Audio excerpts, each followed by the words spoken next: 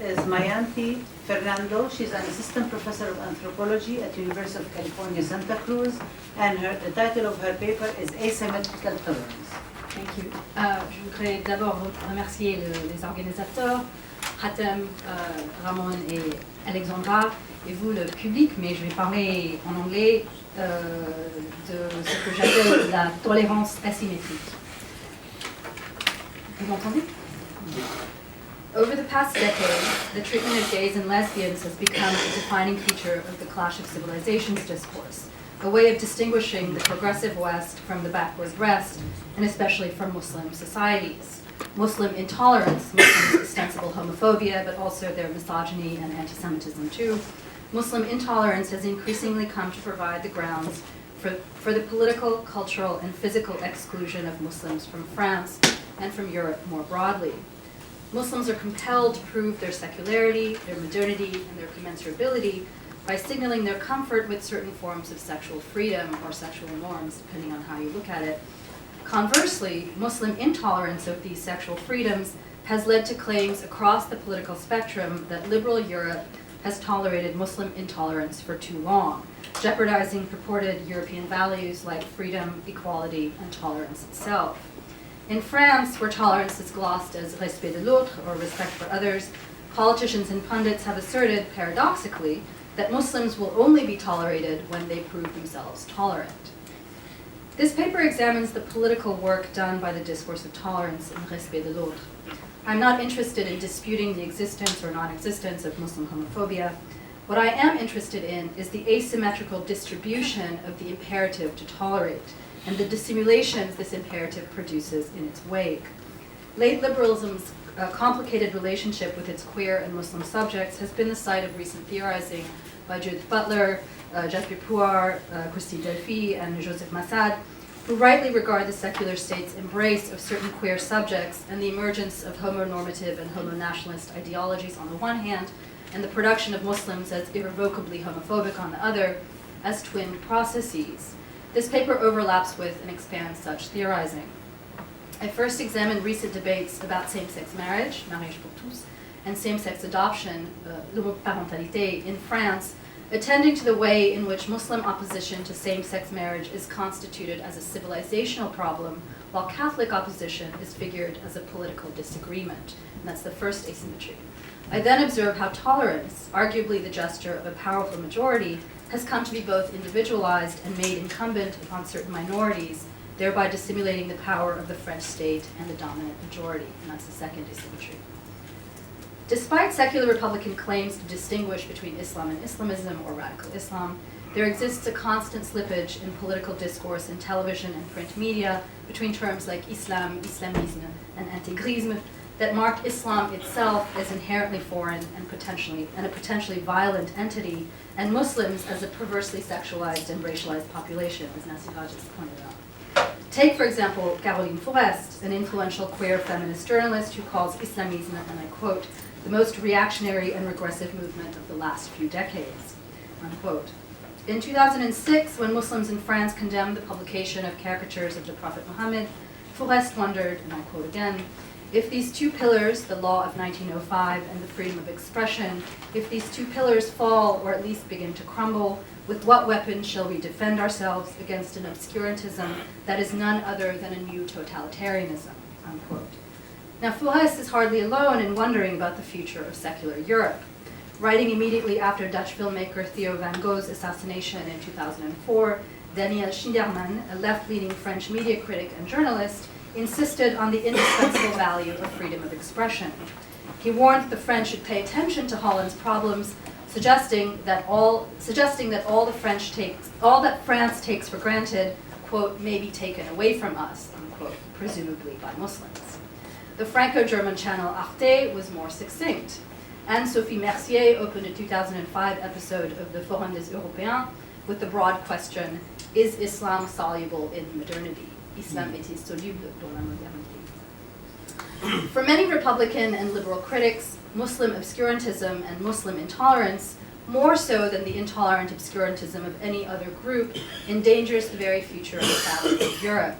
Concomitantly, Muslim disapproval of homosexuality and Muslim opposition to same-sex marriage are interpreted as signs of a moral qua-civilizational clash between Islamism, or simply Islam, and Enlightenment Europe.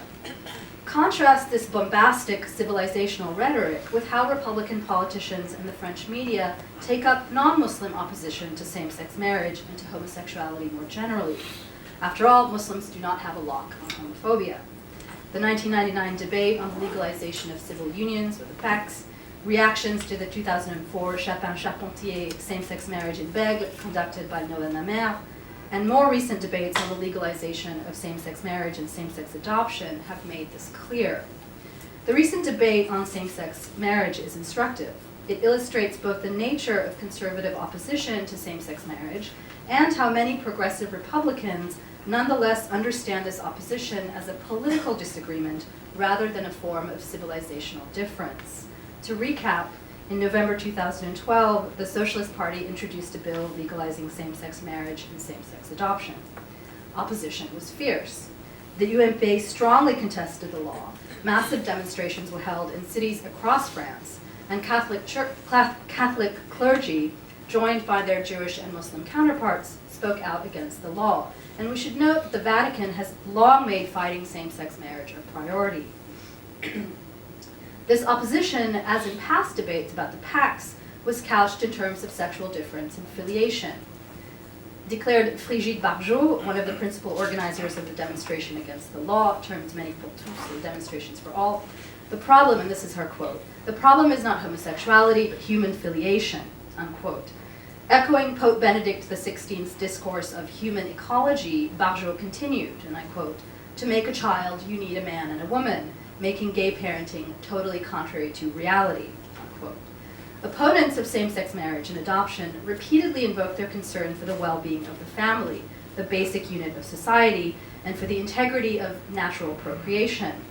Declared Christian bioethicist Jean-René Binet, and I quote, "If there is such passion on the part of the French in the debate on marriage for all, it is precisely because they feel that what is hidden behind the problem goes far beyond the question of marriage, love, and sexuality. The real issue is the structure of filiation and of transmission within our society," unquote. Binet thereby contended that the debate was not about homosexuality or homophobia, but about attempts to create, quote, "a totally artificial structure of filiation based on individual will," unquote. Those who view homosexual marriage and procreation as those who view heterosexual marriage and procreation as the basis of human society, thus refuse to see themselves as homophobic. Interestingly, many mainstream proponents of the law agreed, painting opposition to the law as political, not civilizational, and as entirely normal and justifiable. In a web forum on Le Monde, Socialist Minister for the Family Dominique Bertinotti maintained that she was not surprised by the anti-law mobilization since, quote, "all social reform provokes lots of passion and debate. These reforms affect intimacy, so everyone feels concerned," unquote. Asked if there was a homophobic climate in France, Bertinotti responded that only after the debate had reached its limits and ended in the National Assembly and Senate did we see a rise in homophobic remarks. Thus, the preceding 5 months of massive opposition to the law, based on heterosexist and Catholic notions of natural law and filiation, did not, for Bertinotti, constitute a climate of homophobia, only of passionate debate. The division between mainstream opponents and proponents of same-sex marriage remained an inherently political rather than civilizational gap between right and left. Some left-leaning commentators even contended that the UMP's opposition to the law wasn't really about homophobia at all. It was simply a way to distinguish right and left, given their indistinguishable positions on immigration, the economy, and national security. Despite their willingness to discriminate against gays and lesbians then, politicians on the right remained fundamentally within the moral and political fold of France and of Europe. Their Frenchness and Europeanness was rarely questioned by the mainstream left or even the media. Indeed, mainstream media and socialist politicians often conceived parliamentary discourse and public demonstrations against same-sex marriage and adoption to be constitutive of rather than counter to French democracy. Thus, in an article entitled "The People's Veto," Le Veto du Peuple, Le Monde integrated the demonstrations against same-sex marriage into a long line of post-1968 new social movements, including protests against education, welfare, and employment reforms. When Barjot declared that if Hollande wants blood, there will be blood, and Christine Boutin, a UMP legislator, predicted impending civil war, many felt that both women had gone too far, but their belonging to France was never questioned, and neither faced police scrutiny or sanction, as one might imagine would be the case for similarly violent remarks by Muslims, right? Imagine if a Muslim declared, there will be blood. They were simply, Barjot and Boutin were simply overexcited, surexcités, and needed to calm down. Similarly, when Caroline Forest was violently harassed by white right-wing opponents of same-sex marriage, ironically, Forest was on her way to a colloquium entitled Towards a Modern Islam, vers un Islam moderne, point d'interrogation. She merely termed the protesters' actions over the top and out of proportion. Unlike Muslims, apparently still inching their way toward modernity, these protesters did not prompt Forest to question the modernity of Catholicism, and certainly not of France. And most mainstream commentators were confident that Barjot and her ilk would calm down. Minister Bertinotti declared, and I quote, "I'm confident that our co-citizens will return to reason and good sense. I think the climate of violence will quickly subside." Nicolas Gauguin, spokesperson for the Fédération Inter-LGBT, echoed the minister's confidence. In 2 years, he said, it's going to seem surreal that we had this whole debate. Contrast this generous attitude with reactions to Muslim opposition to same-sex marriage, an opposition couched in the same biotheological logic deployed by Catholics.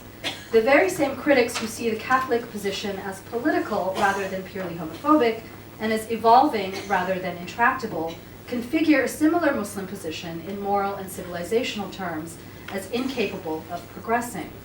Secular critics of Muslim homophobia wonder whether Islam is soluble in modernity, and whether, as a journalist for Le Nouvel Observateur did, Islam can ever be modernized. The distinction between homophobic Catholics and homophobic Muslims operates through spatial and temporal matrices that feed back into each other. Because European modernity is held, even by staunch secularists, to have emerged out of Christianity, the latter is figured as both always already within Europe and capable of transforming. Concomitantly, because Christianity contains within itself the possibility to modernize, to become that which it already is, i.e. European, it's seen as naturally belonging in Europe. By contrast, because Islam is always already not Europe, it has long been thought incapable of transformation, and this Orientalist trope persists in contemporary political thought. Conversely, and tautologically, because it is incapable of transformation and modernization, Islam cannot belong in Europe. With regard to homophobia more precisely, Muslims, it is held, have always been and therefore always will be homophobic. Any attempt to prove otherwise must be made immediately, hence the circumscribed temporality within which Muslim French must operate. They do not have time or space to think or to debate, time and space offered to Catholics, and in the National Assembly no less. Muslim homophobia and the inability of certain Muslim French to defend homosexuality serves to confirm their a priori status as non-European rather than to establish it after the fact. Now, I recognize, of course, that many of the secular critics of Muslim intolerance find the Church, the Catholic Church, and the UMP just as intolerant. But neither Catholic bishops nor conservative French politicians and activists have had their belonging to France and to Europe questioned. Rarely does one hear calls for the expulsion of intolerant Catholics from tolerant Europe, nor do Catholic priests, even foreign ones, fear deportation from France for their views on homosexuality, or even for their active participation in a sexist institution like the priesthood that expressly forbids women the same right of participation. Immigrant imams, on the other hand, can be and have been deported for their views on women and gays. Homophobic practices and utterances on the part of Jean-François Copé, president of the UMP, and Benedict XVI, former pope, seemingly do not constitute true European values, even as they both remain fully European. Because white Christians are always already European, their homophobia is considered a political problem, not a civilizational one. Moreover, Copé and Pope Benedict carry no representational burden. Their homophobia and the homophobia of other bona fide Europeans does not constitute a stain on Europe or on all Christians or even on all Catholics, because that homophobia remains individualized even when it is socially dominant and even when it emerges in collective gatherings like public demonstrations. Copé is an actual representative in the National Assembly, but his homophobia apparently does not represent France. In contrast, a Muslim can rarely speak only for herself. The representational burden Muslims bear radically disindividuates them, constantly assigning communal responsibility. Now, I want to turn to another asymmetry, that of the demand that Arab Muslims, a racial and religious minority, be tolerant of others, a gesture normally reserved for a powerful class or majority, at least in its original definition elaborated in John Locke's letter concerning toleration. In fact, the contemporary demand that individuals and minorities be tolerant, especially of other minorities, signals a particular neoliberal moment in which the discourse of tolerance has been depoliticized in two related ways. First, the contemporary discourse of tolerance turns structural inequalities into a matter of personal attitudes, both dissimulating the state's role in producing and maintaining these inequalities and recasting the state as neutral arbiter amongst warring minorities, Muslims versus queers, Muslims versus women, Arabs versus Jews, and so on. Second, the demand that Muslims be tolerant and respectful only makes sense within a conception of society that transfers responsibility for social relations away from political institutions and onto private individuals, understood as self-governing subjects interacting one-on-one on a level playing field. Thus, the imperative of respect de l'autre, a position incumbent on all citizens, effaces the structural discriminations Muslims suffer. We know that, and I use Muslim here in the kind of racialized sense in which it's used, the state disproportionately targets and incarcerates young Muslim men, Muslim children attend overcrowded, underfunded public schools, and Muslims themselves are the targets of Islamophobic intolerance witnessed in growing instances of physical assault, verbal abuse, job discrimination, and legal sanction.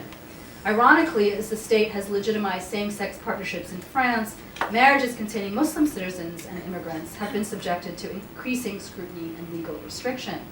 In such a context, demanding that Muslims respect their fellow citizens not only obscures the state's abdication from ensuring the welfare of its entire population, it also creates a chimera or mirage of equal citizenship where Muslims, like all citizens, must be respectful. Even when all evidence points to the fact that Muslims are not like all citizens, an individualized discourse of respect de l'autre sustains a fantasy of equal citizenship. Now, I think I have a couple more minutes, right? Yeah. The consistent media and political focus on Muslim homophobia therefore has a number of effects. First, it particularizes homophobia as a Muslim problem, not a French one, and in the process reaffirms the distinction between Muslim and French, such that Muslims are not French and French not Muslim. Second, it shifts the burden of the contradiction between the ideal of respect de l'autre and its non-practice by French, always already figured as an exceptional minority of homophobes, sexists, and racists, onto Muslims, who are held accountable for the problem of intolerance in France. Third, the focus on Muslim homophobia and on the speech and actions of a non-dominant minority obscures the power of the French state and of the powerful majority of secular Republicans in propagating a social order premised on the heterosexual norm, witnessed, for example, in the normalization of homosexual intimacies via heteronormative institutions like monogamous marriage, right? A process Lisa Dugan appropriately calls homonormativity. The focus on Muslim intolerance, like the paradigm of respect de l'autre itself, disguises the actual structure of secular modern rule, dissimulating an asymmetry not only between the secular Republican majority and Muslims, but also between the heterosexual majority and those who practice queer forms of intimacy. Finally, the focus on Muslim homophobia diffuses and defers the question as to what and who constitutes France, constitutes Europe. If respect de l'autre is a defining French value, then how can the hundreds of politicians and thousands of demonstrators who oppose the same-sex marriage bill be French? If tolerance is a defining European value, how could Pope Benedict have remained within the moral fold of Europe? Europeans may demand that immigrants assimilate into European norms and values, and may take Muslims to task for not inhabiting those norms and values, but what those values are, and what Europe stands for, and who counts as European, are not as evident as the reigning discourse of European values and European civilization would make it seem. The anxious reiteration of French values and European values and of cultural homogeneity signals not an existing fact, but its discursive, legal, and political production. And I'll end here. There remains a performative quality to the discourse of French and European values, and to France and Europe itself, one that reveals the fundamental instability, indeed non-existence, of a unified French or European identity. And I think what the discourse of Muslim homophobia and Muslim intolerance reveals is both the tenuousness of France and how the very tenuousness, the very tensions of France are displaced onto Muslims so as to consolidate a unified, if contradictory, secular national formation. Thank you.